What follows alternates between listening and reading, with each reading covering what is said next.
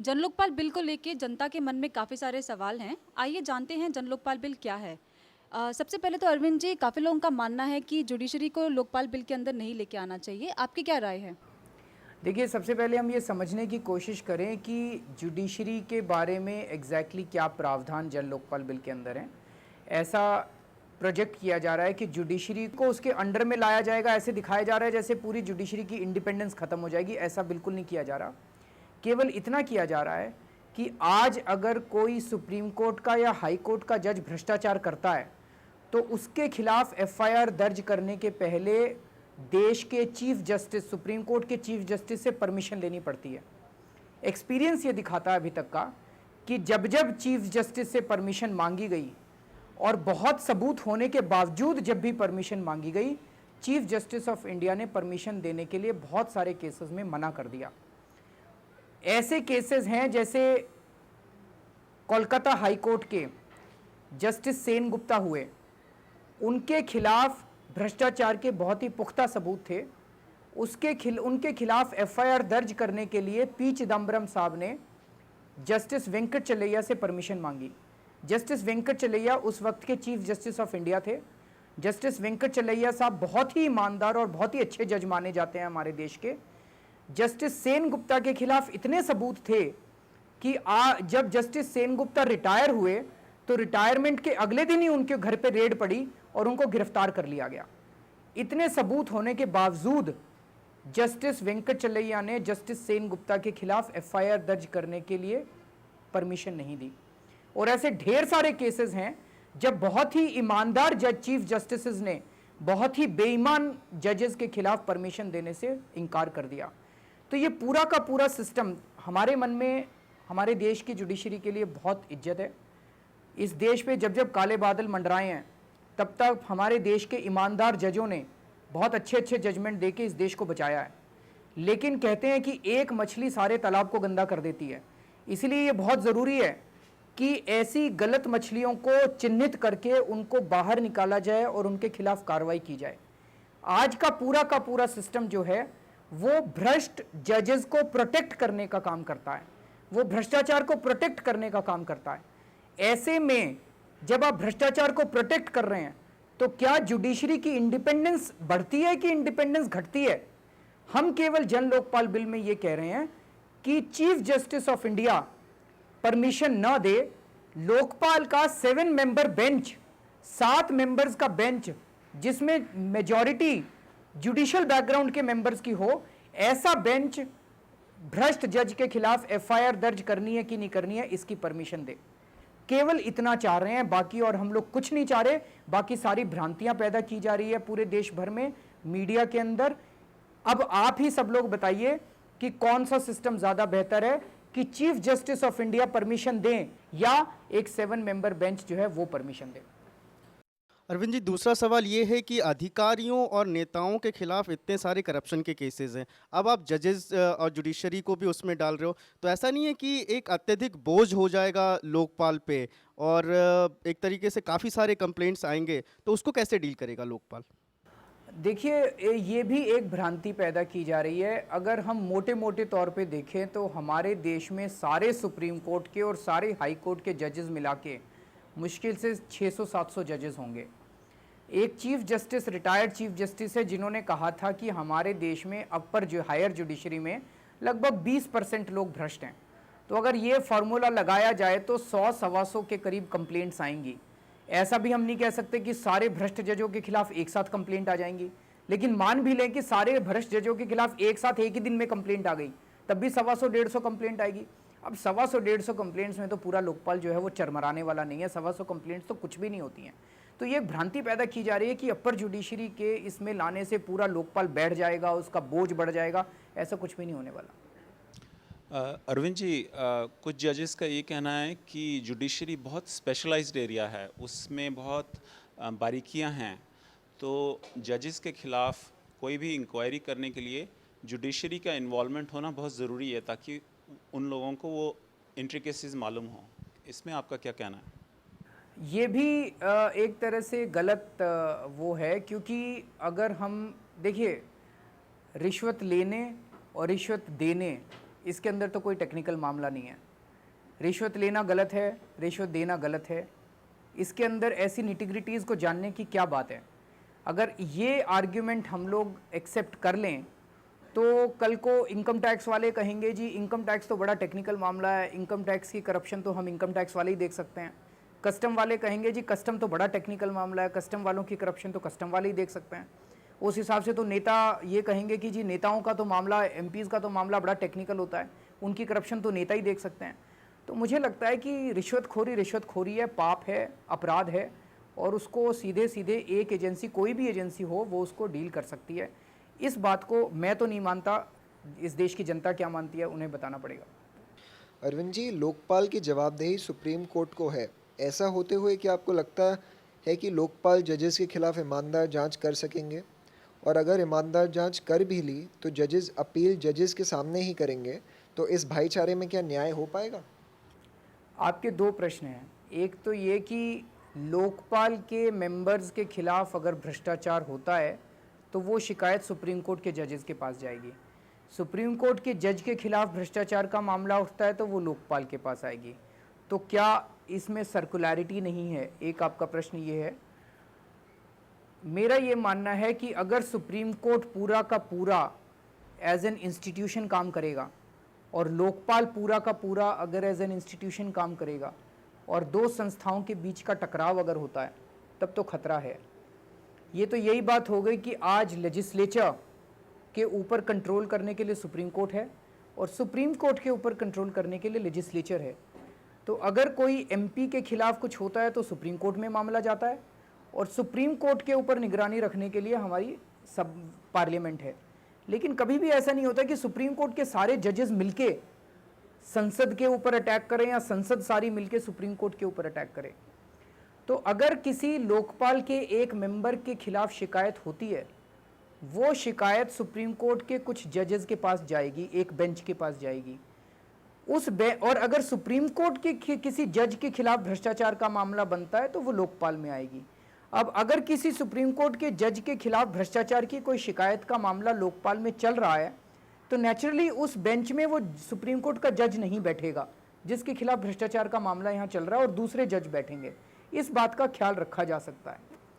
लेकिन ये होना बहुत ही रेयर पॉसिबिलिटी है कि सारे सुप्रीम कोर्ट के जजेस मिल जाएंगे और एज एन इंस्टीट्यूशन बदले की भावना से वो लोकपाल के मेंबर्स के खिलाफ कोई झूठी इंक्वायरी चालू कर लेंगे। ऐसा होना एक रेयर है। दूसरा आपका ये प्रश्न है कि मान लीजिए सुप्रीम कोर्ट के या हाई कोर्ट के जज के खिलाफ एक इंक्वायरी शुरू होती है तो उसका मामला भी ट्रायल कोर्ट में जाएगा। जांच के बाद मान लीजिए पाया जाता है कि जज ने गड़बड़ की तो उसका मामला भी ट्रायल कोर्ट में जाएगा। तो ट्रायल कोर्ट मेरे हिसाब से वो कर सकता है, क्योंकि एक बारी अगर जज के खिलाफ वो होती है बात, फिर वो सुप्रीम कोर्ट का जज नहीं रह जाएगा, वो सारे देश की आंखों के अंदर वो एक खटकेगा। तो मुझे लगता है कि ऐसे व्यक्ति का ट्रायल कोर्ट में ही हम उस ट्रायल कोर्ट के अलावा कोई और इंस्टीट्यूशन खड़ा करें, ट्रायल तो ट्रायल कोर्ट में ही होगा, उसमें तो और कोई पॉसिबिलिटीज़ अभी नज़र नहीं आती हैं। आपको लगता है कि न्यायपालिका को या जुडिशरी को अगर लोकपाल के तहत लाया जाएगा तो ये संविधान की मूल भावना के खिलाफ होगा? हम संविधान के किसी भी आर्टिकल से छेड़छाड़ नहीं कर रहे, हम संविधान के किसी भी प्राविधान का उल्लंघन नहीं कर रहे, हम संविधान के किसी भी प्रावधान के अमेंडमेंट की बात नहीं कर रहे। हम केवल इतना कह रहे हैं कि आज एक चीफ जस्टिस ऑफ इंडिया जो कि एफआईआर दर्ज करने के लिए भ्रष्ट जज के खिलाफ परमिशन देता है, वो परमिशन अब एक 7 मेंबर बेंच दे लोकपाल की। ये जिक्र किसी कानून में नहीं है कि चीफ जस्टिस ऑफ इंडिया इसकी परमिशन देगा, ना तो ये संविधान में लिखा हुआ है ना ये कानून में लिखा हुआ है।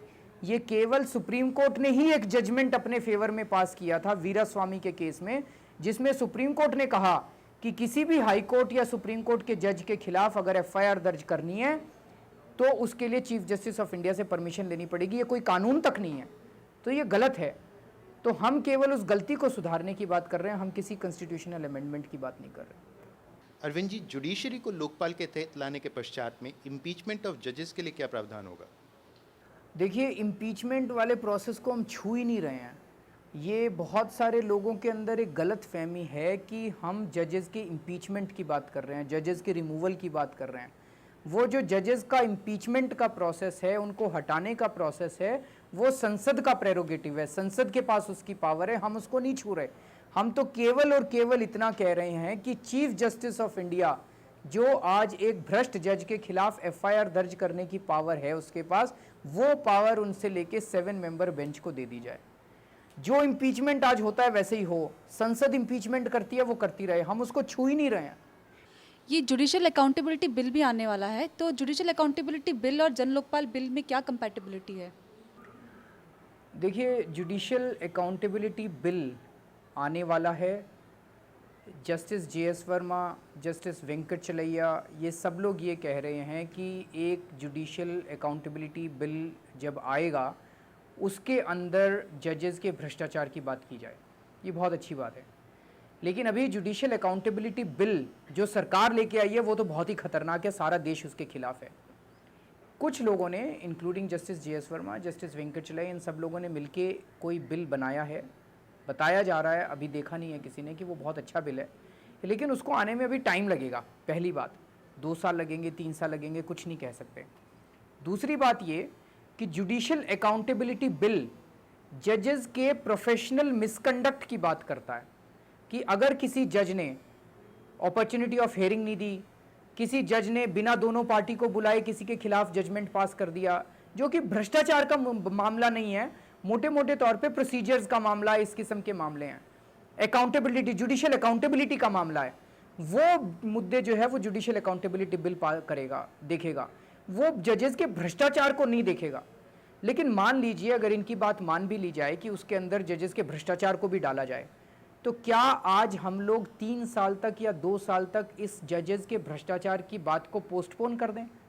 हमारा ये कहना है कि अभी जजेस के भ्रष्टाचार की बात उठ रही है, पूरे देश में भ्रष्टाचार को लेके एक आंदोलन छिड़ा, लोगों में गुस्सा पैदा हुआ, ये लोकपाल बिल की मांग बनी, तो अब जजेस के भ्रष्टाचार की बात भी इस कानून में डाल दी जाए। 2-3 साल में जब लोकपाल काम करने लगेगा, अगर वो ठीक से काम करता है तो जजेस के भ्रष्टाचार की बात इसी में रख ली जाए। अगर ये बात ठीक नहीं लगती तो 2 साल के बाद या 1.5-2 साल के बाद जब भी जुडिशियल अकाउंटेबिलिटी बिल आएगा तो उसके अंदर इसकी बात के बारे में विचार किया जा सकता है खुले दिमाग से। लेकिन अभी जजेस के भ्रष्टाचार की बात को 2-3 साल के लिए पोस्टपोन कर दिया जाए, ऐसा मुझे लगता है कि किसी को मंजूर नहीं होगा। लोकपाल बिल में तो सिर्फ इन्वेस्टिगेशन की बात हो रही है, तो जजेस के खिलाफ जो इन्वेस्टिगेशन होगी फिर तो वो नॉर्मल प्रोसीजर में ही आएगा। जुडिशियल अकाउंटेबिलिटी बिल में तो फिर उनके रिमूवल का भी एक अलग पूरा प्रोसीजर जुड़ जाएगा। तो इसमें और उसमें कुछ कॉन्फ्लिक्ट होना नहीं चाहिए, कंपैटिबल होंगे, क्योंकि इसमें जो इन्वेस्टिगेशन होगी वो as evidence can be used, जो भी जुडिशियल कंप्लेंट्स कमीशन बनेगी उसमें। तो इसमें मुझे भी ये लगता है, आपने बिल्कुल ठीक बात कही है, कि अगर ये तो केवल जांच करेगा, जांच करके एविडेंस कलेक्ट करेगा, उस एविडेंस को नेशनल जुडिशियल कमीशन अगर बनता है तो वो कमीशन उस जांच के जो एविडेंस और तथ्य हैं वो उसको एग्जामिन कर ले, और वो वाला जो कमीशन बनेगा वो तो इम्पीचमेंट के लिए, पार्लियामेंट के लिए वो इकट्ठा करेगा, तो वो उसको यूज़ कर सकता है। एग्जैक्टली कोई इनकम्पिटेबिलिटी की बात ही नहीं है। और दूसरा मैं ये पूछना चाहता था कि जो कॉन्फ्लिक्ट, मतलब कि ये बात आ रही थी कि लोकपाल अकाउंटेबल है सुप्रीम कोर्ट को और सुप्रीम कोर्ट की जांच करेगी लोकपाल, तो उसमें अगर सब कुछ पारदर्शी तरीके से होए तो जो जनता का जो दबाव है उससे ऐसा तो हो नहीं सकेगा कि कुछ ये लोग गड़बड़ कर सकें। आपकी बात बिल्कुल ठीक है। अगर सुप्रीम कोर्ट में ओपन हेयरिंग होती है, सारे लोग देखते हैं, लोकपाल में भी हमने लिखा है कि सारी हेयरिंग ओपन होंगी, तो ओपन हेयरिंग होगी, जो जांच होगी वो जांच भी हमने लिखा है कि सारी जांच के वक्त और जांच के बाद सारे डॉक्यूमेंट्स ट्रांसपेरेंट होंगे, जनता देख सकेगी उन डॉक्यूमेंट्स को। ऐसे में अगर कोई जांच डिसऑनेस्ट होती है, बेईमानी से होती है, तो जनता उसके ऊपर आवाज़ उठाएगी। इसमें ऐड करना था ये कि जब जांच हो रही होगी तो क्या वो अपना विल ही continue to be in the court and, इसके बारे में हमने कुछ नहीं लिखा है। मुझे ये लगता है कि अगर हाई कोर्ट या सुप्रीम कोर्ट के जज के खिलाफ जांच शुरू होगी तो शायद पूरे देश में जनमत ऐसा बनेगा कि उनको अपनी कुर्सी खुद ही छोड़नी पड़ जाएगी। हमने इस बारे में, हम इसीलिए मैंने बार बार कहा कि जो भ्रांतियां फैल रही हैं, हम केवल एक, आज इस देश में अगर कोई जज भ्रष्टाचार करे उसके खिलाफ जांच करने का कोई पॉसिबिलिटी नहीं है, आज तक हुई नहीं है जांच। हम तो केवल ये कह रहे हैं कि उनके खिलाफ ईमानदार जांच तो शुरू कीजिए, उस जांच रिपोर्ट को पब्लिक तो कीजिए। अपने आप आगे पब्लिक का गुस्सा और पब्लिक ओपिनियन जो है वो बाकी काम कर देगी। ट्रायल शुरू होगा जांच के बाद, उसके बाद अपने आप ही उसको पोजीशन पे रहना मुश्किल हो जाएगा। अगर जब जांच शुरू होगी और वो अपना काम छोड़ दे, इतना ज़्यादा जनता का दबाव बन जाए और बाद में निकले कि वो सच में उसने कुछ गलत नहीं करा था, तो क्या ये अन्याय नहीं होगा? इस तरह का तो अन्याय आपके साथ भी हो सकता है। हम जजेस को, सुप्रीम कोर्ट के और हाई कोर्ट के जजेस की पूरी इज्जत करते हैं, लेकिन इस देश के अंदर ये तो किसी के भी साथ हो सकता है कि उसके साथ जांच होती है, उसको तो जेल में डाल दिया जाता है जांच के दौरान, बेल नहीं होती है उसकी, और फिर जांच के बाद पता चलता है ये तो ठीक था। तो वो तो उसके लिए फिर जुडिशियल रिफॉर्म्स की अलग से बात करनी पड़ेगी हमें।